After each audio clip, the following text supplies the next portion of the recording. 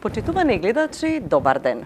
Годинава 2023 се навршуваат точно 120 години од смртта на македонскиот револуционер, идеолог и учител Гоце Делчев. По тој повод, во студиото на телевизија ВИС разговараме со уште еден човек кој што целиот свој работен век го посветил на образованието, на науката на младите, професорот и просветен советник, ако може така да се нарече, господинот Ѓорги Трајков. Господине Трајков, добре дојдовте. Добро ве најдов.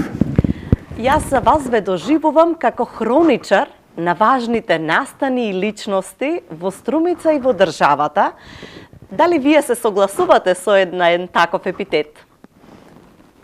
Видите, благодарам на епитетот, меѓутоа поимот хроничар е доста широк и доста сложен. Така е. Во себе фаќа повеќе сегменти, повеќе ликови. Меѓутоа, во некоја смисла, од она барем мене што ме интересираше, од мојата дејност, имам доста работи што ги помнам, на кои се сеќавам. Така, и имате богата литература која што всушност ви помага да го подкрепите сето она кое што сте го поминале, сте го запомниле, сте го доживеале како настан или како факт во вашата кариера. И ако човек во текот на животот не ги збогатува своите знаења, тогаш не направил ништо. Цел живот е еден вид училиште. И човек што повеќе чита, што повеќе дознава, повеќе се збогатува со знаење, со искуство. Во таа смисла, навистина, следам доста стручна литература, која што наоѓа примена во секојдневниот живот. Така. Со вас сме соработувале повеќе пати за важни настани од струмичкото образование. Еве, например, од отворањето на Струмичката гимназија. Пред неколку месеци имавме соработувано. А сега повторно имаме можност да поразговараме, прв пат еве вака пред камери, за Гоце Делчев. Еден лик, светол лик од македонската историја, на кој што генерации му се поклонувале и се уште му се поклонуваат. Но, господине Трајков, се чини дека малку зборуваме за почетоците на животот на Гоце Делчев. Можеме ли еве вака да се навратиме? Кој бил Гоце Делчев? Каде се родил? Кое било неговото прво обкружување? Во право сте тука. Името Гоце Делчев секој македонец го знае.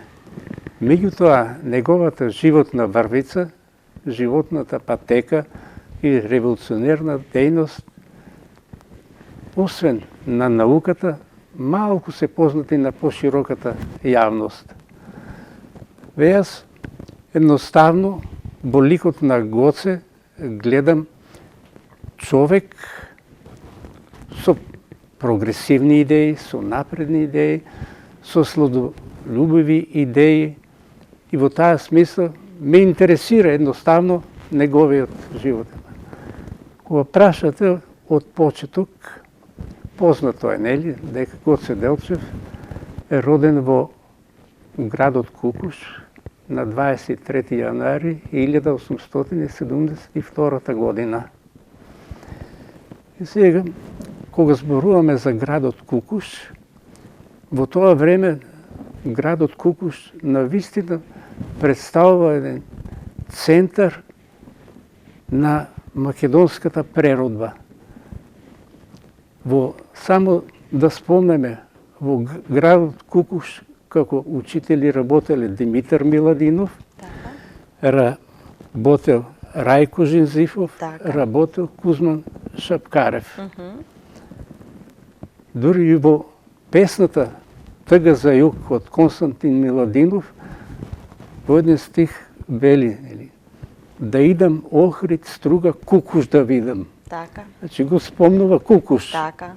Иако нема податоци дека тој учителствува тука. Меѓутоа Кукуш прераснал во еден вид револуционерен центар на преродбата на македонскиот народ при крајот на 19. и почетокот на 20. век. Според некои податоци, во тоа време Кукуш броел нека околу 12.000 жители. Што е прилично голем град во тоа За време. тоа време, Така. навистина, голем град. Од тоа, околу 2000 куќи биле македонски, а 200 куќи со турско население. Така. Градот постепено прераснувал во еден вид трговски центар, близината на Солун, влијае и тука да се развива, така да речеме, мало занаетчиство, трговија. Во тие услови живее и работи и семејството на Гоце Делчев. Значи, самиот Гоце потекнува од еснавско семејство со голем авторитет во својата средина, во градот Кукуш. Од мајка Султана и татко Никола Делчеви. Инаку, семејството на Гоце Делчев било многу детно, да кажеме.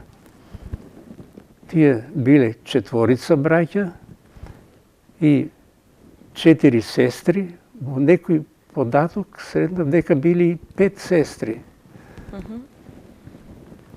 И во тие услови Гоце има можност навистина да се запознава со напредни идеи. Така. И со приликите кои што владееле Да. во Македонија, во македонската држава во тоа време, иако нели не била правно формално држава. Не била држава, меѓутоа општествените прилики ги проуча, се интересира. Така. Во родниот град Гоце завршува основно образование, односно од 1 до 4 одделение. Желбата за учење го води во Солун. Се запишува во машката Солунска гимназија. Значи, велиме машка, бидејќи тогаш школувањето на женските се уште било некој вид табу тема. Има еден интересен податок од тоа време. Во гимназијата во Солун се организира свеченост во чест на турскиот султан Абду Хамид. И кога зборуваат за султанот, група деца извикуваат на турски јазик да живее султанот. Така. А Гоце во исто време на место ова извикува аша, а на турски тоа значи долу. Што значи Покажал Да. пркос уште во уште во тие тинејџерски може би тинејџерски години Така. било свестен од каде доаѓа злото на Да. македонскиот народ. И како продолжува неговото По- образование, неговата наобразба? Каде го носи животниот пат Гоце Делчев после Солунската гимназија? По Солунската гимназија пројавува интерес за воено занимање. И заминува за Софија, се запишува во Софиското воено училиште. Станува питомец на военото училиште. Во тоа училиште завршува 3 години. Инаку како ученик е примерен, на време ги завршува испит и на крајот од 3-та година, кога требало да се промовираат во чин офицери, во Софија настанува смена на владата. И тој период за смена на владата влијае да се одложи промоцијата на идните офицери. Во меѓувреме, анонимна представка се испраќа до министерот на војската во Бугарија. Во анонимната представка се наведува дека меѓу питомците се шири напредна социјалистичка литература, читаат. Ова влијае да се почне истрага. Кои се тие, како се, каква литература кружи. Сомнението паѓа на Гоце Делчев. И тоа не е само сомнението, кој тој навистина поседувал, читал таква напредна социјалистичка литература. Има ли некоја клучна личност која што може би го навела да размислува така? Иако нели спомнавте на почетокот дека Кукуш бил центар, развиен центар и Гоце растел во поинаков дух и поинаква атмосфера. Сепак, дали постои некоја клучна фигура, можеби, која што му вдахнува еден таков револуционерен дух? Тој се воодушевува пред се на револуционерни ликови од европските држави. Чита напредна литература, се смета дека дури ги читал и делата на Маркс и Енгелс. И со тоа нели станува изграден, свесен за положбата во која е во Македонија. Меѓутоа, нели, рековме, промоцијата во чин офицер се одложува по анонимката што била доставена до министерот на војската. Гоце Делчев бил исклучен од војното училиште во Софија. Така не можел да ја дочека промоцијата, да биде унапреден во офицерски чин. Меѓутоа не се разочарува многу, после ова одлучува да ја напушти Софија. Интересен податок има тука меѓу своите другари, кога вели дека ќе напушти Софија, бидејќи за еден македонец не може да има подобро место за револуционерна работа, отколку во Македонија. И со таа мисла тој се враќа во татковината, се враќа во Македонија. Во меѓувреме, Гоце Делчев е назначен за учител во Штипско Ново село. Во исто време во Штип учителствува и Даме Груев. Првата средба, првите контакти меѓу Гоце и Даме откриваат еден друг, се запознаваат дека имаат исти идеи, исти желби, исти сваќања за положбата на македонскиот народ, за револуционерна дејност, за омасовување на организацијата. И се смета дека всушност влијанието на Даме Груев во Штип многу повлијаело Гоце целосно да се оддаде на револуционерна дејност.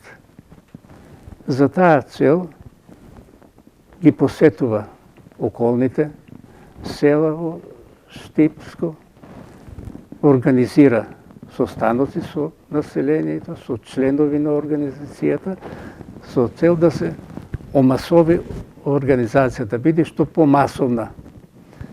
Има еден податок дека во тоа време, како што вели самиот Гоце, имало околу 400 души заколнати во организацијата во Штип и Штипско. Тоа веќе зборува за една масовност, за еден големен интерес на луѓето за членство во организацијата. И што се случува веќе? Штип се смета како едно клучно место. Гоце се враќа нели во Македонија, ги среќава луѓето кои што ги делат неговите гледишта и се чини дека во Штип се раѓаат многу планови, се коваат многу идеи како да се продолжи таа револуционерна дејност. Точно, токму така. Многу.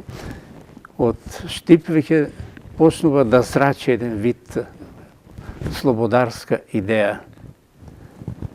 За време на летниот распуст Гоце, заедно со својот сограѓанин Туше Дели Иванов, преку Велес се упатува за Солун, од Солун за Кукуш.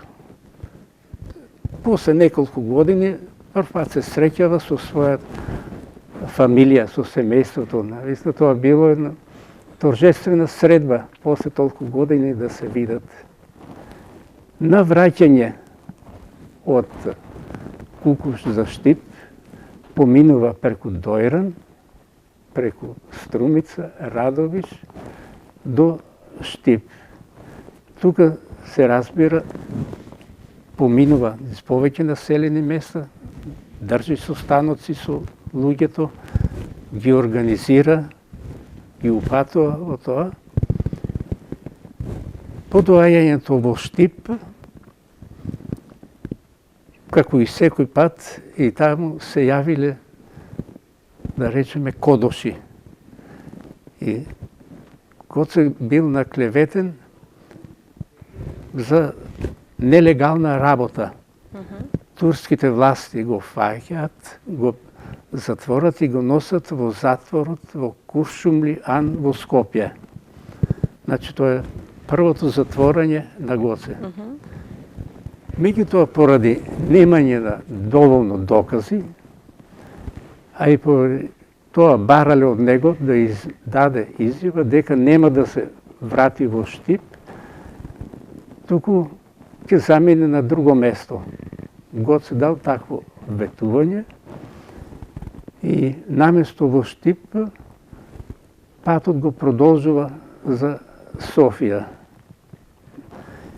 Во Софија, задграничното представништво, се среќава со Ѓорче Петров. И од таа средба од Ѓорче Петров стануваат најблиски соработници двајцата. И во текот на целиот живот се блиски соработници перен од друг. Во Софија не само со Ѓорче, Гоце се среќава со многу други македонски дејци кои во тоа време престојувале во Софија.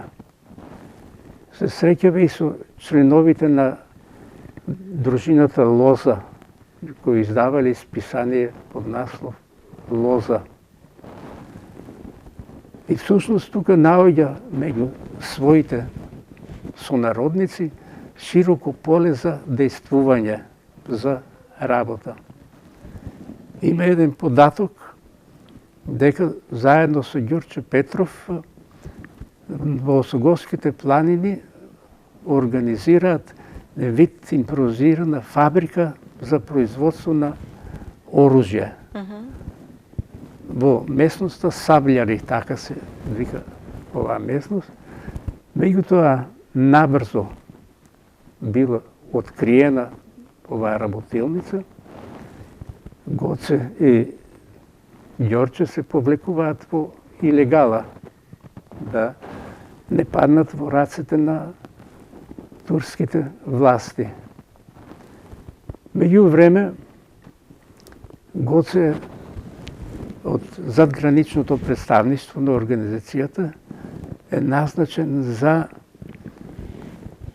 човек кој што ќе обиколува револуционерните реони низ Македонија, да работи на омасовување на организацијата, да помага за снабдување со оружје. Така.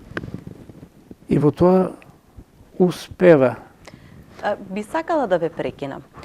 Гоце добива многу значајни задачи во текот на својот релативно краток живот. Сметате ли дека тоа се вели дека бил особено харизматичен, авторитативен човек? Сметате ли дека можеби и затоа му е дадено таа можност и задача да комуницира, затоа што луѓето природно се наклонувале кон него, му верувале, ја прифаќале неговата енергија, неговата идеја за слобода на Македонија? Точно е. Таа особина ја имал Гоце. Знаел како да се постави спрема луѓето, внимавал на зборови што зборува. Просто неговите зборови со желба ги очекувале. И затоа добива задача да врши вид контрола по реоните. Прва задача што ја врши во Пиринскиот крај.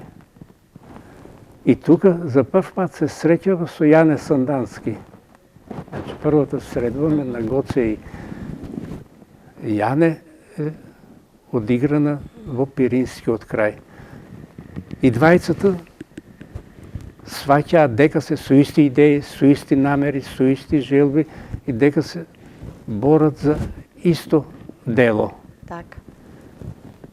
По извесно време самиот Гоце побарал да биде назначен за учител во Разлог. И желбата му била исполнета, назначен е за учител Разлог, а потоа и за главен учител на околните села, се разбира, и училиштето во Банско.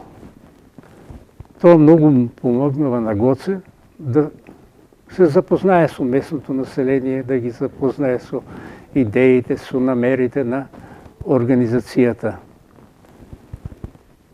Патува повеќе пати низ Македонија. Се познати негови 3 патувања.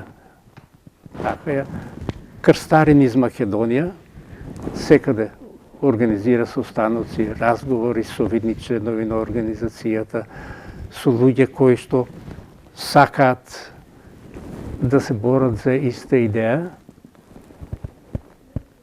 Во последното патување, да го кажеме, од кога ја напушта Бугарија, Гоце преку Радовиш се упатува во Централна и во Западна Македонија. Првото среќавање со луѓето го има во Радовиш и Радовишките села. И тука навистина наоѓа на луѓе кои што со душа ги прифаќаат неговите идеи, со работници и еден вид гнездо на револуционерни дејци. По напуштањето на Радовиш, преку Вардар, оди за Неготино. Се разбира, тука одењето не е самостојно, тука тоа се работи се со курирски врски. Така. Организацијата имала добро организирана курирска мрежа. Во Неготино исто престојува неколку дена, одржува состаноци, разговара со луѓето. Меѓутоа, за да не биде откриен од власт, морал секоја вечер да менува престојувалиштето во друга куќа, че да не биде забележително. Како бил прифаќан? Имало ли доволно расположени, широкогради граѓани кои што сакале да го примат? Секако дека имало, од Неготино се упатува за Кавадарци. Исто и во Кавадарци со задоволство е примен од луѓето, држи состаноци во Кавадарци и во Ваташа. Значи, тогаш Ваташа како посебно село, не е уште споено со градот, наоѓа многу голем број истомисленици, луѓе задоени во идеите на организацијата, односно во борбата за ослободување на Македонија. Од Кавадарци се упатува за Прилеп. пред да пристигне во Прилеп, кај селото Тројаци, се среќава со четата на Никола Русински. А со Никола Русински се познавали уште порано од престојот во Софија. А Никола Русински е војвода на Четев, што делувала во Централна и во Западна Македонија. Средбата со Никола Русински му помага да одат во Прилеп и тука да држи состаноци, а потоа во придружба на самиот Никола Русински и на луѓе од неговата чета се префрла во Битола. Така. Во Битолскиот револуционерен округ, покрај дејноста за организацијата, има посебна задача да се сретне со Даме Груев. А Даме Груев во тоа време бил во Битолскиот затвор.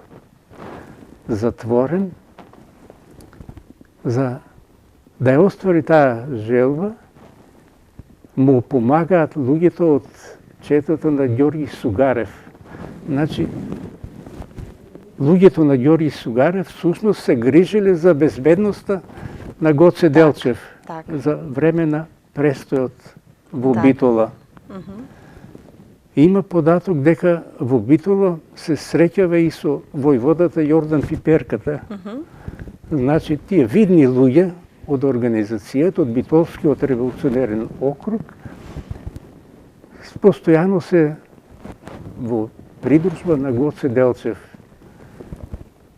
Успева два пати да го посети Даме Груев во Битолскиот затвор, да разговараат, да разменат идеи што понатаму, како да продолжат со организацијата, како да снабдат луѓето со оружје, значи сите организациони работи.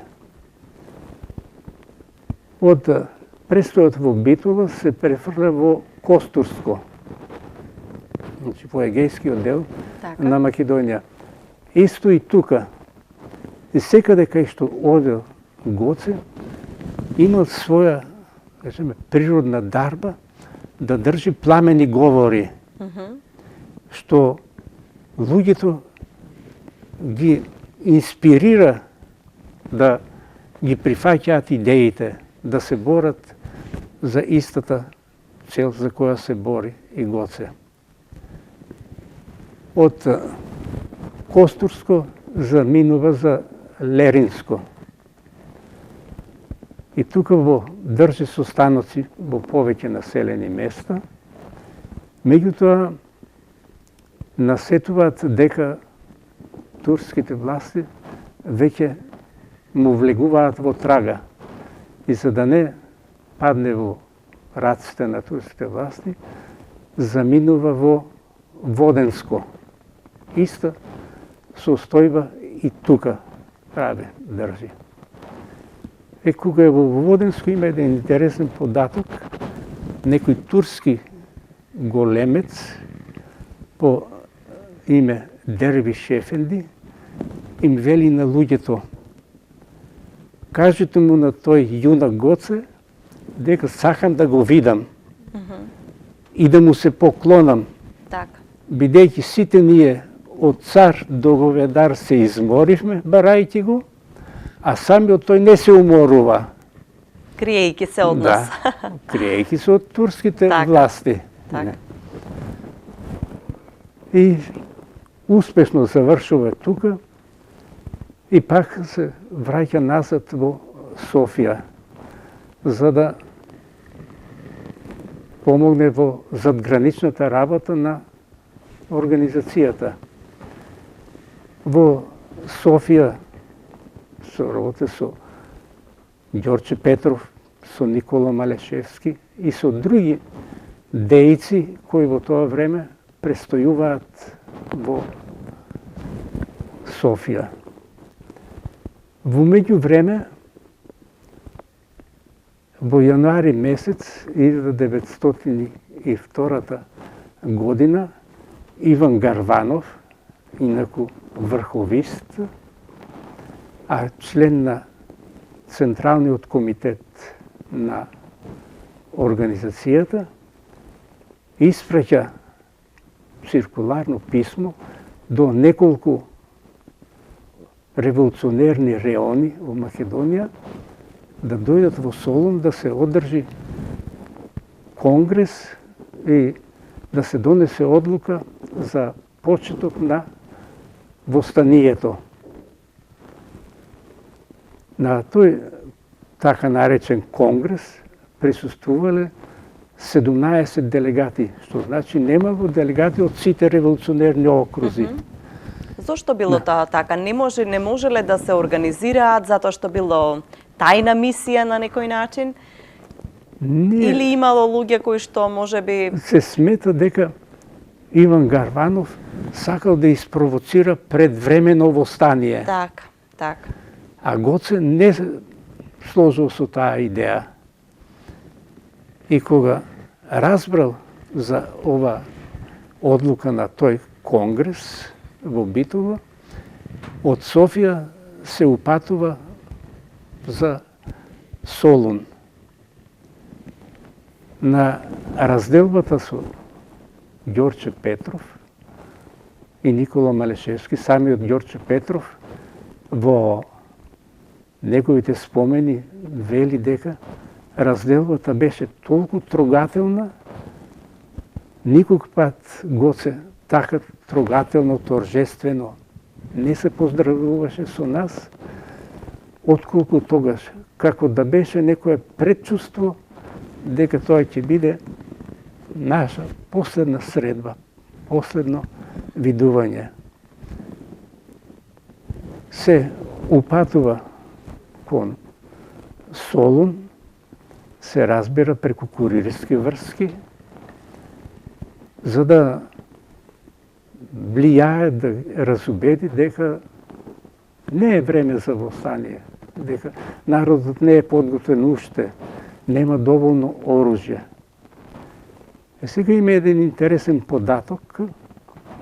За да влезе во Солун, се претвора во селанец, облекува селска облека и натоварено магаре со слама, влегува во Солун. Го среќаваат турските караколи, стражари, и тоа обичен селанец го пуштаат. Кога влегува во Солун, прво бара средба со Даме Груев. А Даме Груев веќе по втор пат, значи он прв пат еднаш е назначен за учител во Солун и сега пак во Солунската гимназија наставник. Се среќава со Даме Груев и престојува во неговиот стан заедно некој. Со Даме Груев водат разговори дека востанието е преурането. Народот не е подготвен, нема доволно оружје. Меѓутоа, Даме Груев, како да се сложил со одлуката на тој така наречен конгрес, што го свикал Иван Гарванов, не успеале да се убедат. Даме Груев си останува при својот став, Гоце Делчев при својот и решава да го напушти Солун, да се упати во Серскиот револуционерен округ, да разговара со тамошните војводи, раководители и со некои други револуционерни окрузи. Се смета дека имало и делегати од Струмичкиот револуционерен округ. На пат за планината Али Ботуш пристига во селото Баница на 2 мај 1903 година. На 2 мај Значи, пристига, се сместува во куќи тајно. На 3 мај доаѓаат до средба. Тука доаѓаат и други чети, меѓу нив и војводата Милан Чаков, Димо Хаджидимов и други дејци, и разговараат за положбата во Македонија и дали е време за востание. Ноќта на 3 мај спрема 4 од Солун тргнува турска војска. Се, дали турската војска е намерно испратена или испратена за војни вежби, се уште нема податок. Утредента на 4 мај 1903 година, две девојчиња забележуваат дека околу селото се движи турска војска. Го известуваат Гоце. Во исто време селскиот пољак доаѓа и го известува Михаил Чаков, верниот другар и соборец на Гоце Делчев. И му кажува дека селото Баница е обиколено со турска војска. Гоце кога забележува дека огромна турска војска го сардисува селото, наредува да се повлечат, да ги напуштат куќите и да се обидат да излезат од еден крај, на една страна од селото, ако може да се извлечат надвор од обрачот. При тоа наидува на некој обичен зид, така што било. Кога турската војска отвара огин, Гоце прво тој наредува на своите другари да легнат на земја, да не бидат погодени. Меѓу време започнува борба, стрелба еден против други.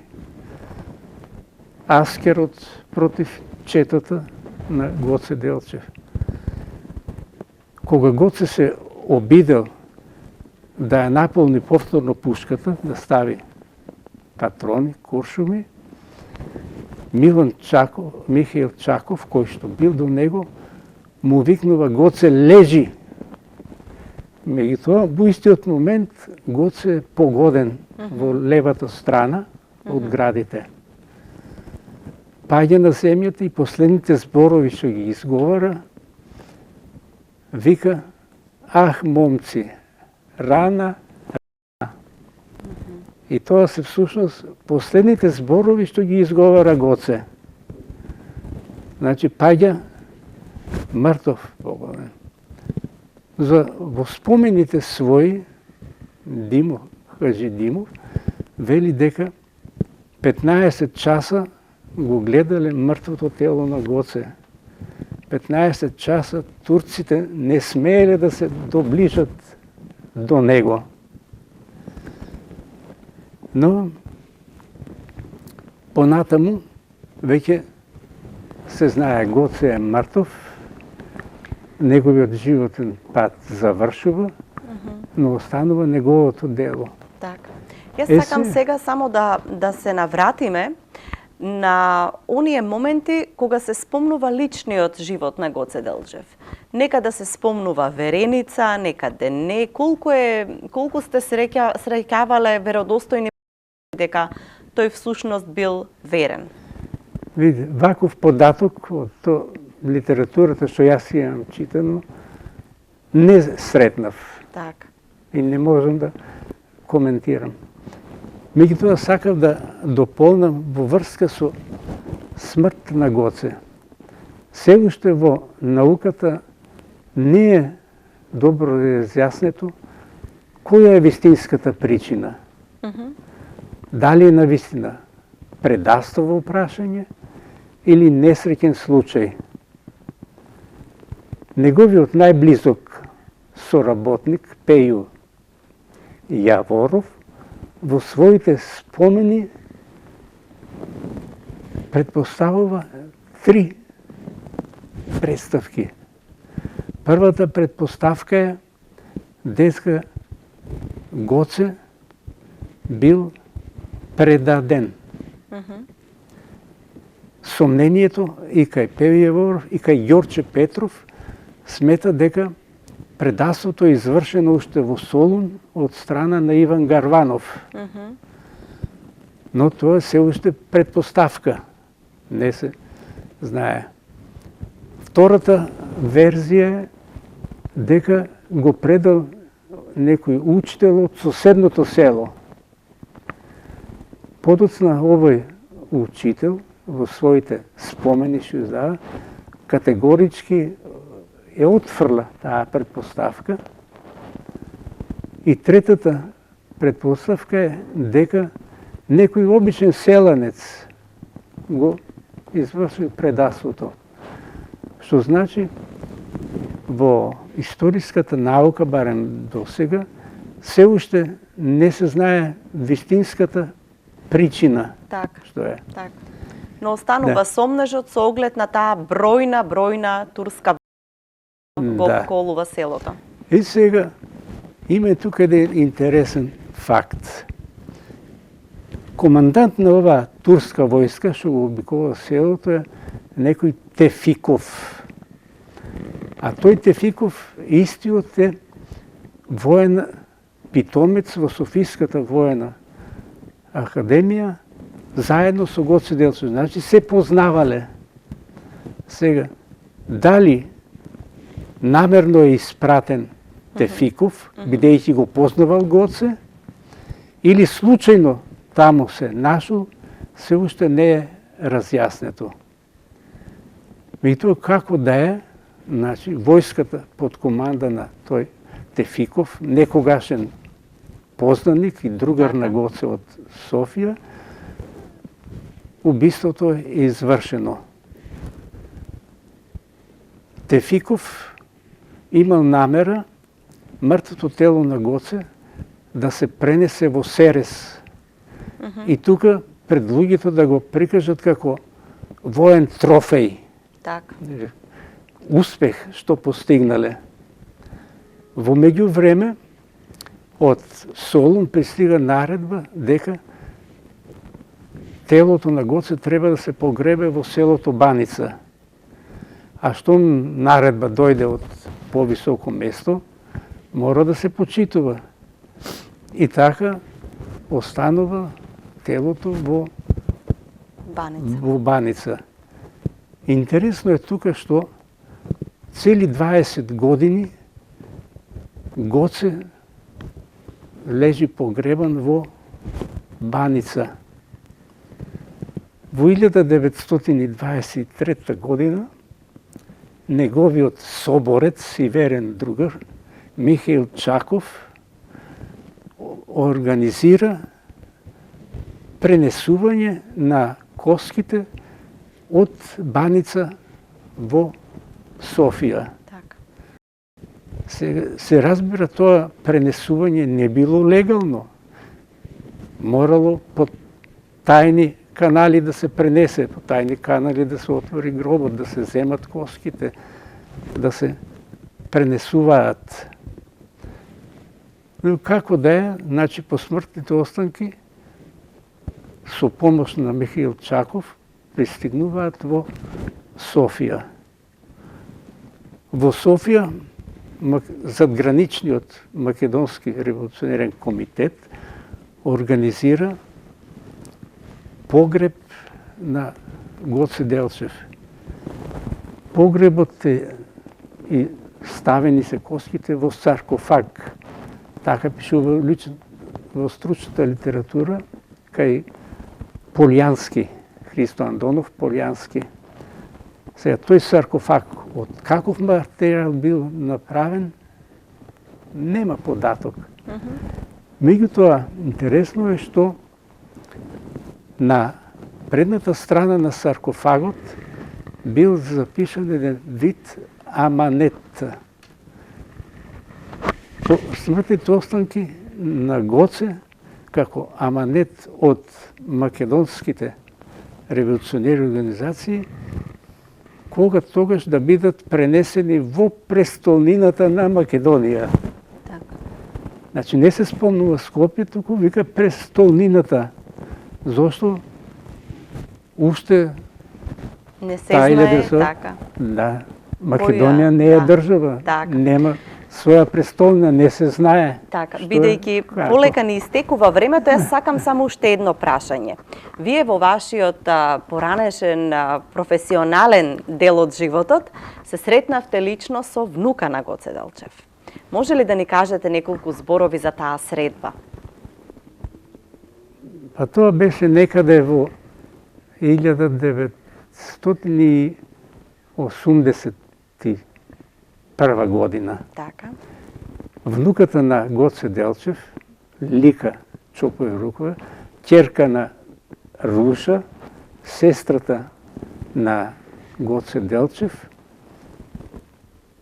живее во Бугарија. Порано нејзиното семејство мигрирало од Грција во Бугарија поради разни причини. Од долго време не може да добие виза да посети Македонија. И тогаш добива виза, доаѓа во Македонија да го посети гробот на незиниот внук Гоце Делчев. На Вујкото. На Вујкото. Така. При таа посета на Македонија доаѓа и во Струмица дојде. Туку имав прилика да се сретнам со неа, значи во присуство на други луѓе, да поразговарам. Интересно е што сите сознанија, најмногу за Гоце, таа ги добива од нејзината мајка, Руша. И нејзина желба беше, вика, во Македонија почиваат коските на Вујко ми ги на за таа Македонија, сакам и моите коски да останат во Македонија. Како се имаше ли таа свест дека е по потекло македонка? Како се однесуваше? Тукму тоа сакам да го нагласам. Кога вели таа Вујко ми работеше, загина за Македонија, ние сме македонци. И сакам и мојот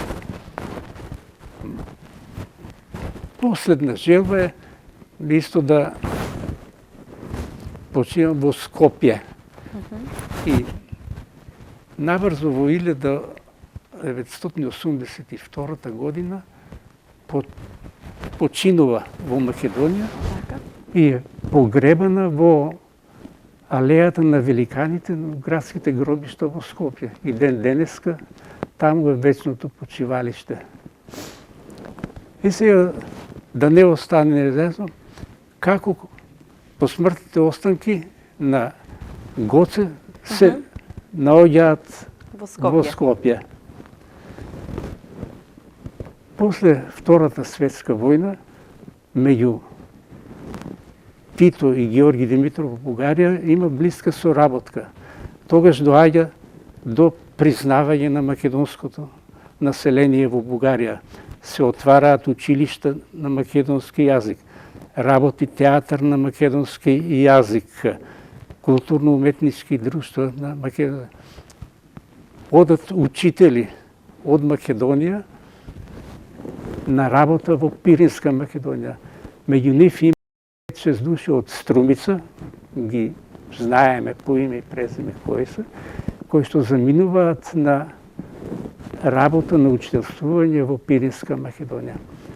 Значи, тие добри односи меѓу Југославија и Македонија на една страна и бугарската власт доаѓаат до израз кога Македонија побара од Македонскиот комитет во Бугарија да дозволат посмртните останки на Гоце да се пренесат во Скопје.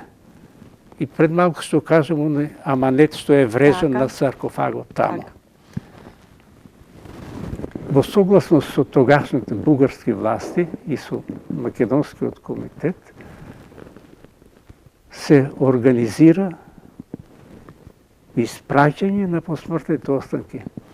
Од македонска страна задолжен за ова пренесување бил генералот Кирил Михајловски Груица, истакнат партизански командант и генерал, и тој е главниот организатор на пренесувањето. Да. Се смета, се смета дека начинот на испраќањето во Софија присуствувале повеќе од 2000 македонци да се испратат посмртните останки. Посмртните останки од Софија тргнуваат преку Пиринска Македонија, значи преку градовите Горна Џумеја, Сандан, Петрич, преку Струмица до Скопје. Во Скопје пристигнуваат на 10 октомври 1946 година. И тука се погребани во саркофагот, направен од камен, во црквата Свети Спас, каде што почиваат и денеска. Да. Сосем на крај, затоа што навистина го пробивме рокот со траењето на емисијава.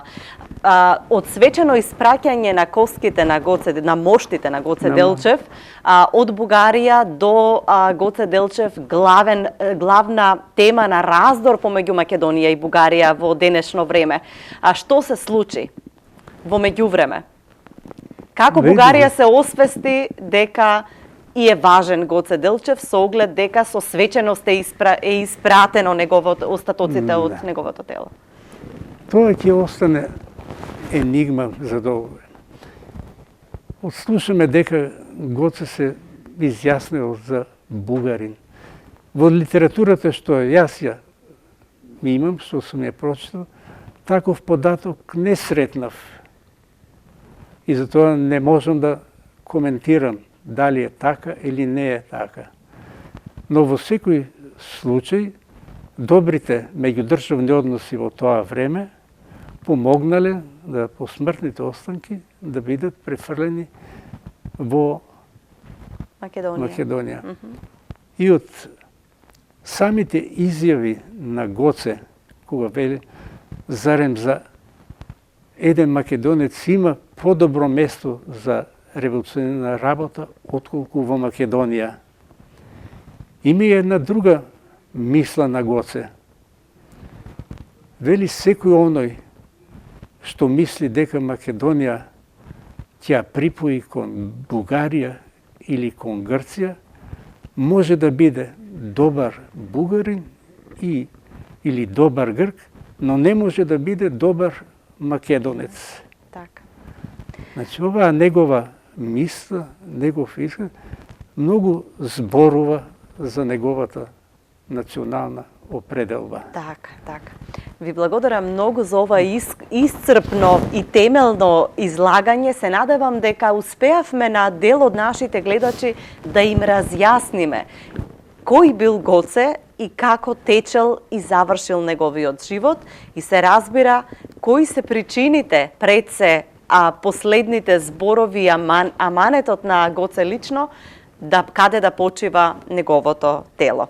Господине Трајков, јас се надевам дека сето ова ќе биде од корист за нашите гледачи и ви благодарам од срце за одвоеното време и за трпението со кое што темелно и подробно ги раскажавте случките од животот на Гоце Делчев.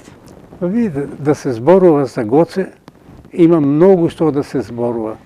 Историската наука има уште работи кои што треба да се доистражат, да се доиспитат. Се обидовме вака во главни црти Така. да ги пренесеме оние поважните моменти од животот на Гоце. Инаку животот, секоја мисла, секоја реченица може да се анализира од посебен аспект. Така е, така е. Многу историчари вложиле труд и трудови за... Може има и многу работи уште неоткриени, недознаени. Но од сето тоа, јас барем што дојдов, материјалот од Христо Андонов Полјански ми остави најсилен впечаток вака, хронолошки средено, прикажано, илустрирано за животниот пат на Гоце Делчев. Так. Тоа не значи дека се е кажано. За Гоце има многу да се зборат. Тој е, што велят, трибун, Така. корифеј на македонската револуционерна борба. Така. И представува гордост за секој македонец. Така е. Ви благодарам уште еднаш и до скоро видување. Благодарам на поканата.